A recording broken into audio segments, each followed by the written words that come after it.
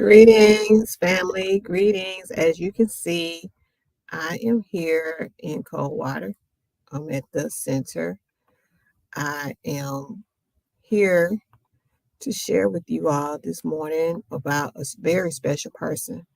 And what I'm doing right now, trying to adjust my settings so uh, people can actually see the live. I did a short one earlier, and I just wanted to redo do a do-over, because I really want us to know who our ancestors and elders are, the struggle that has been uh, way fought since we were kidnapped and drug over, and some of us, quote, were already here, but we still struggle. Even though we were already here, we still had the same circumstance, right?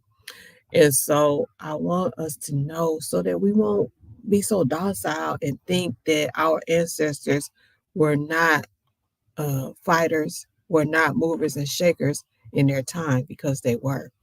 And so today I woke up and I already knew, it was Mama Ella Baker's day, but I was looking at my memories on Facebook, and it had where I had shared a quote last year that's right here.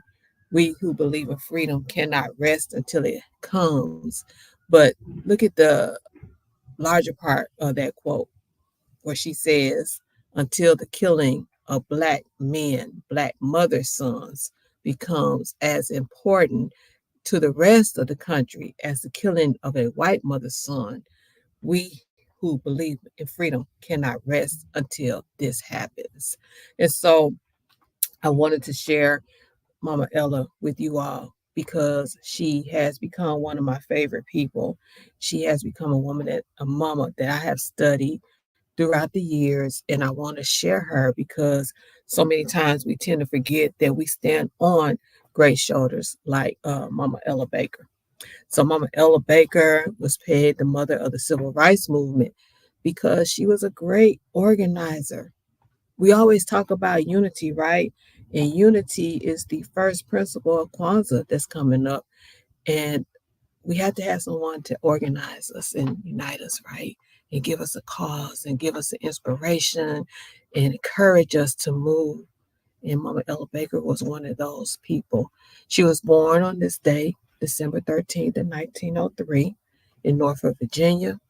She went on to attend Shaw University, the HBCU in North Carolina, and she knew at a young age that she was wanting to fight for the liberation of Black people.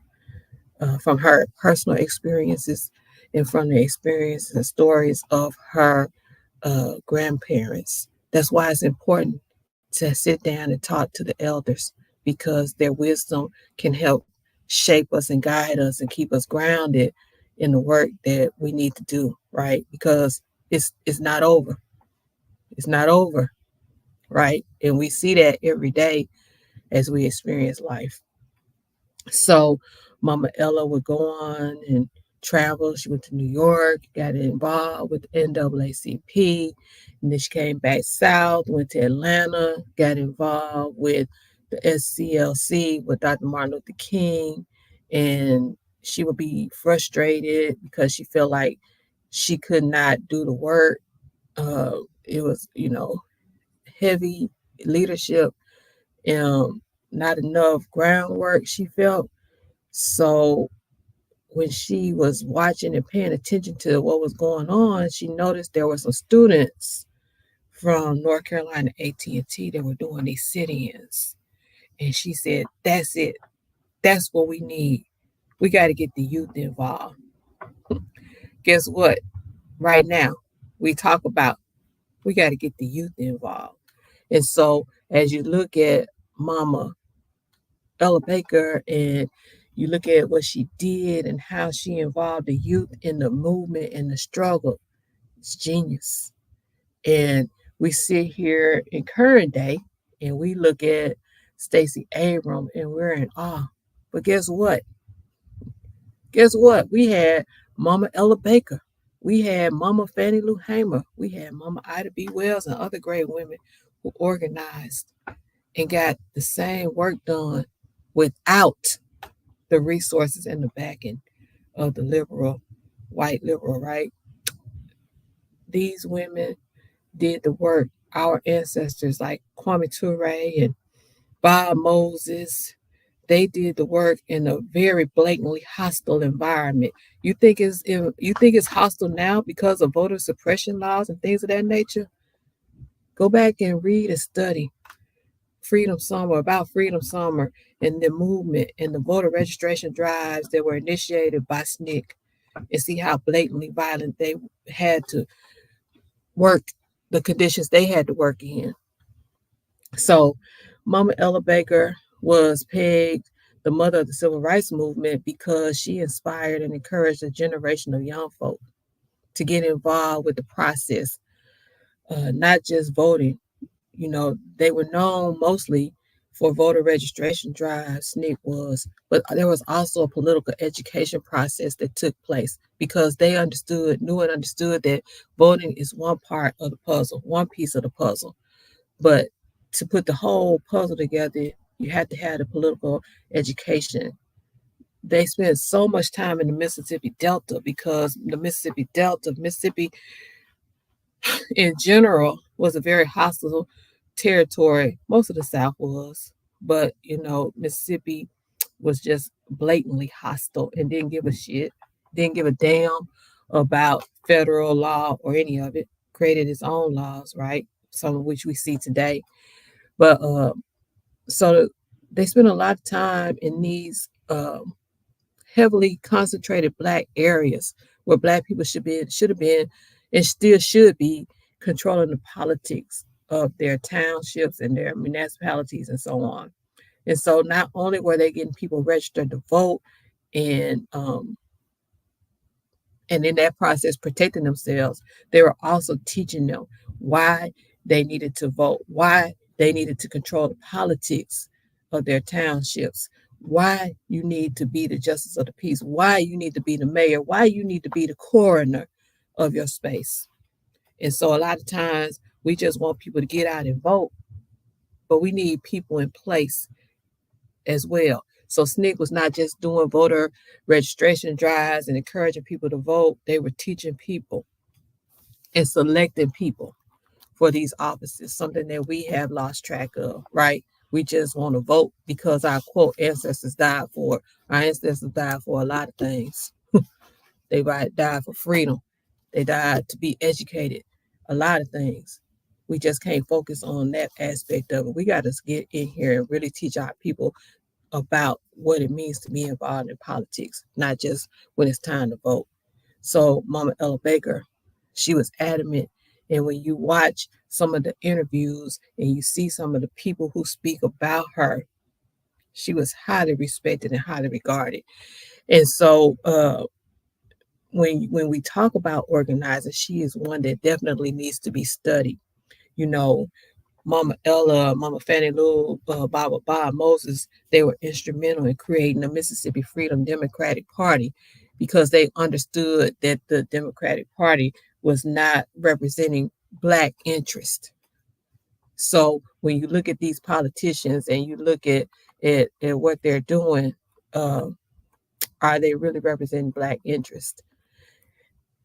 And we got to start asking our questions, and we got to start being more vocal, and we got to start holding people accountable, and we got to have enough in us, enough knowledge and understanding to know that when someone is holding another politician accountable, that does not automatically make them a supporter of the opposing party. We got to have enough wits about us to know that, right? And so I'm gonna go in the comments because I had them hidden for a minute. Sister Brenda, Sister Sharon, thank you all for coming on and sharing with me. Yes, definitely one of my favorites, both of y'all. Sister Sharon, Ella Baker, we forever speak your name. Ashe. Sister Brenda, my shero, definitely one of my sheroes. And so, yes, Sister Sharon, voter education is a must. It's a must because we got too many people out here voting just to be voting. And that's why we keep getting what we've been getting, right? which is nothing substantial, nothing of substance. We get a lot of symbolic get gestures. We get a lot of symbolism, but no substance. And so, Mama Ella Baker, she was just one of those people who knew that our power lies with our youth, right? And so I hear a lot of us talk about the youth, and I hear a lot of youth talk about us. And we got to learn how to bridge that gap. And that's one of the reasons why I've started studying and really listening to the voices of our great ancestors so that I can be instrumental uh, in creating and forging and bridging that gap. Yeah, Sister Mama Ella has not gotten the attention she deserves, and that is our fault because we have to be teachers. We have to put our people out there. Again, I'm gonna say it again because we give so much attention to the contemporaries and the current day people like Stacey Abrams. But again, Stacey Abrams, yeah, you good. But just look at our mamas, our ancestors, our elders who organized with much less and much more terrorism than we deal with today. Mama Ella, I will forever salute her, right? And so I wanted to say some other things because I love this quote right here because we think that we've gotten past that. We think that we're doing better. We think the times have changed, but they haven't. We're currently dealing with a situation in Senatobia, Tate County, which is 5 miles north of here, where brother Conrad Martin LaSure, he was uh, had police force uh, acted on him last week, and they illegally came into his home, searched, arrested, charges, all these things against my brother. And people are mad, as we should be, but until we organize, that anger is just going to be recycled, right?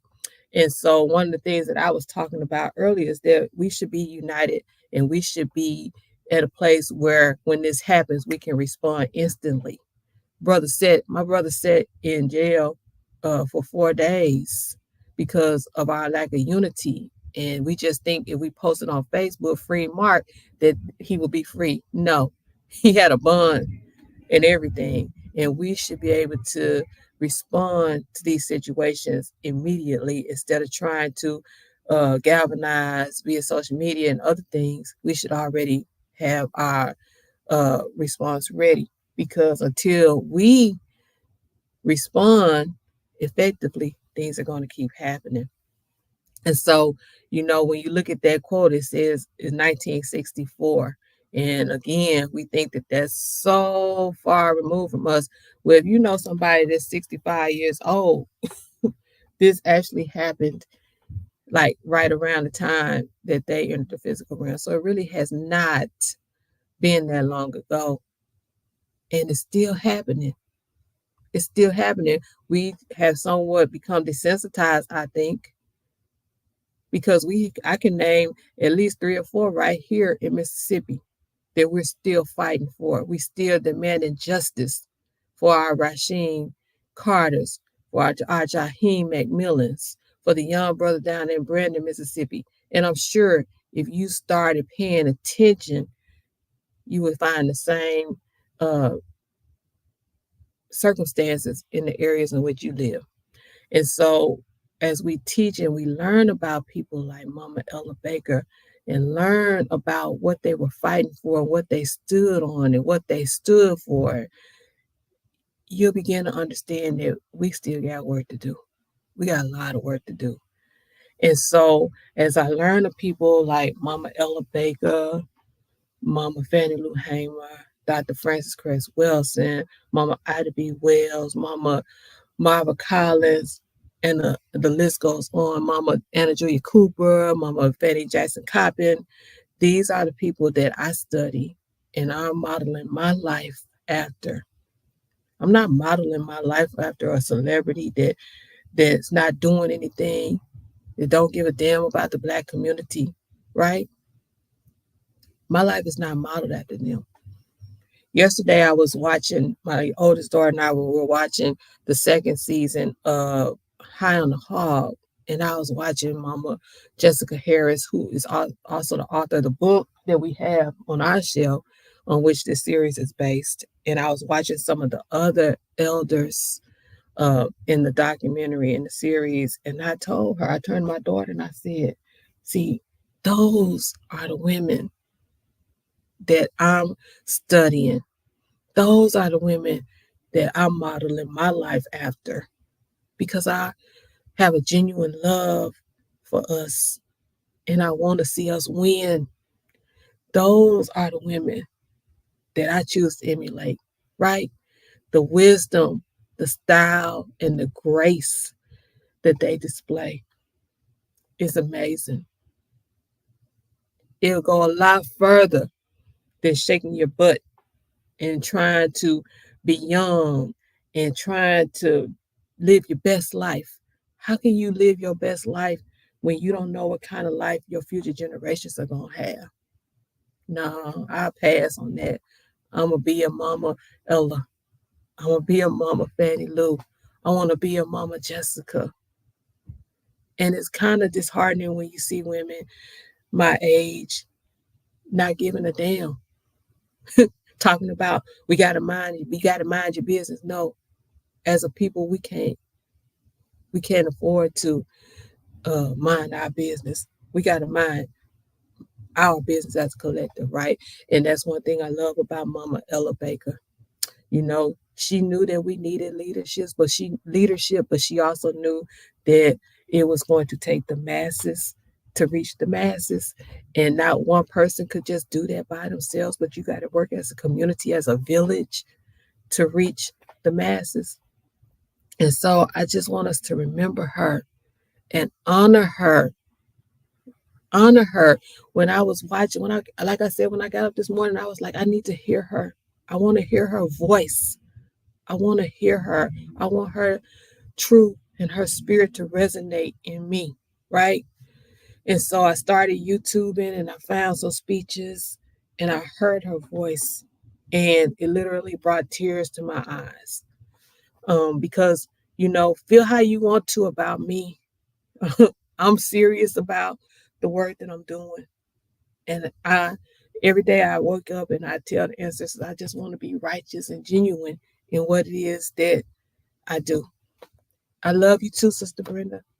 You know I do. And yes, we are all we have. We all we got. We all we need. Exactly. We just got to believe in ourselves. And Sister Sharon, yes, we must honor our ancestors. Yes, prototypes. Those are the prototypes that I want to follow, right?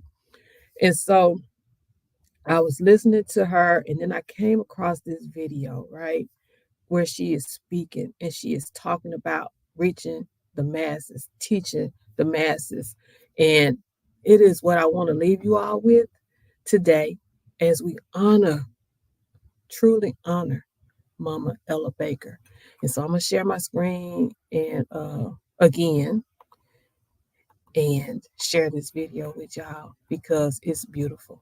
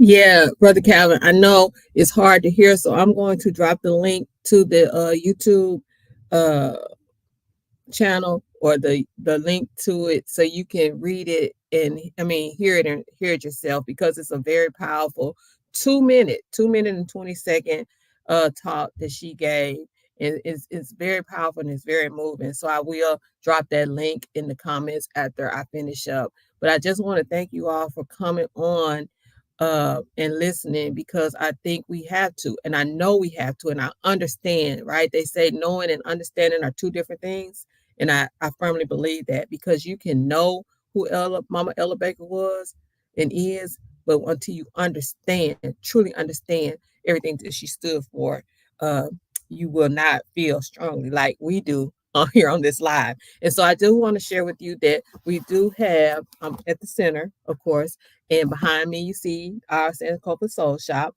And I really try to specialize in children's books, because I'm a fan of children's books. I have learned a lot just by reading children's books, because they're a great way to just learn some basic information.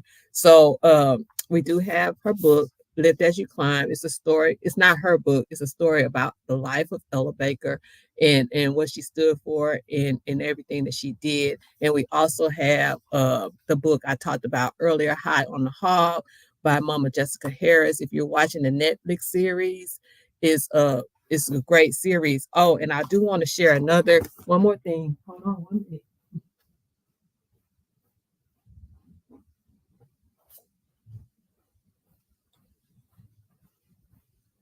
Because so much work is in the South, and the South has this really bad stigmatism.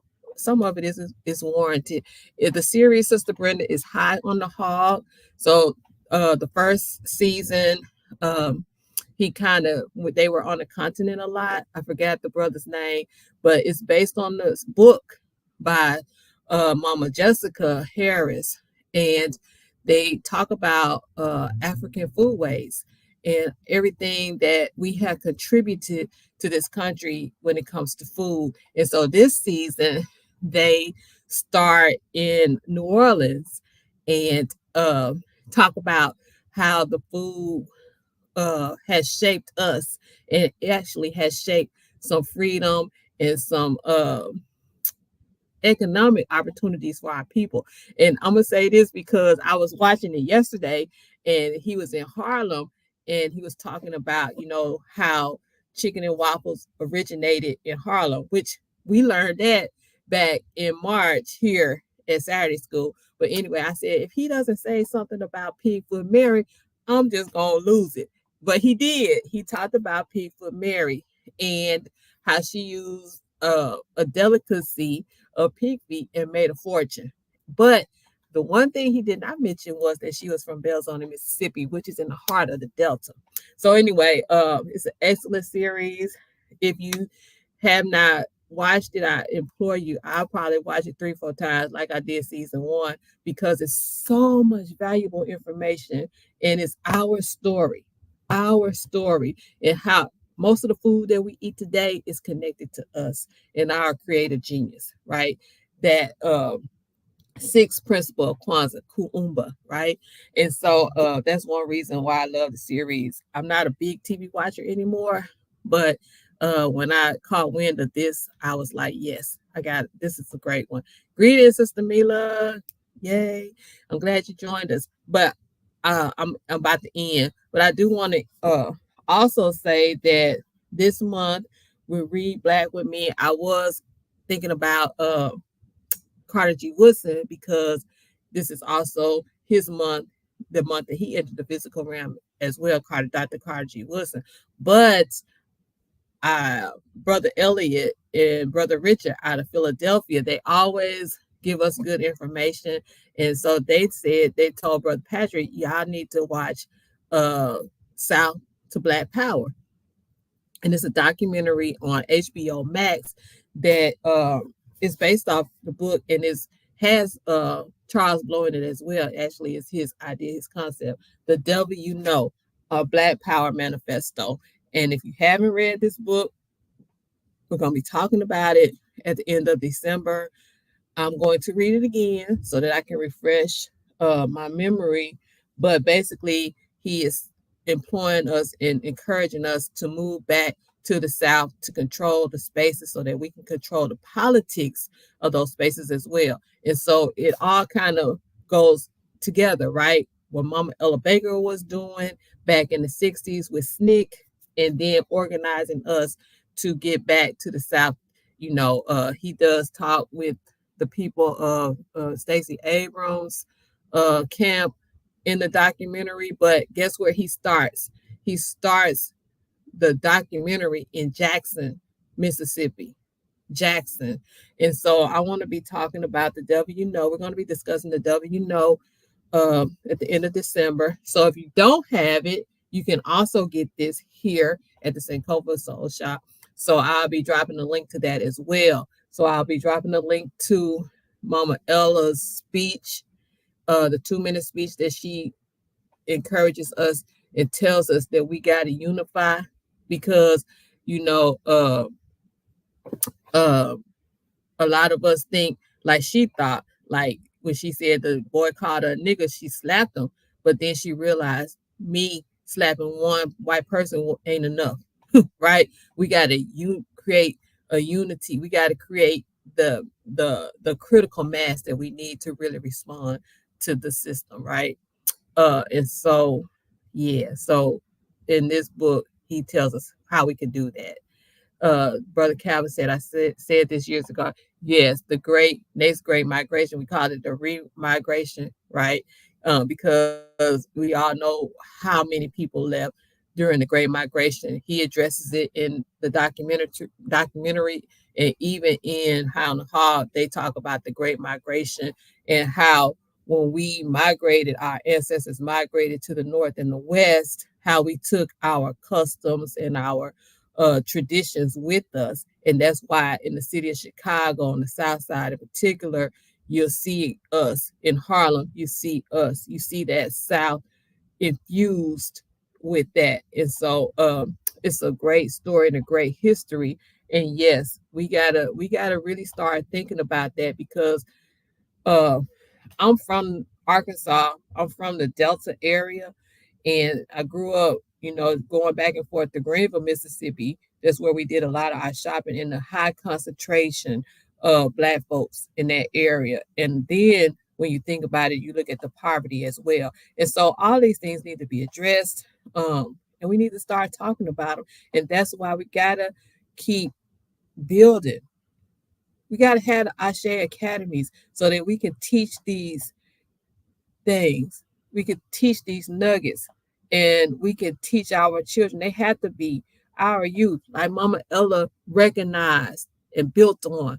We had to get our youth involved with the process, right? Our youth definitely have to be involved with defining and creating that reality that we talk about and we theorize it. We do so well, right? We critique our ancestors and our elders so well on what they didn't do or what they did wrong while we sit on our ass and not do anything. They did a lot more with a lot less, right? So as we critique them, we got to stop complaining and we got to start building. We got to start learning from some of the mistakes that were made because yeah, there were mistakes that were made. And so instead of complaining and critiquing them, we learn from them and we start doing better. We have the knowledge and we also have something that they lack. We have some resources too, right?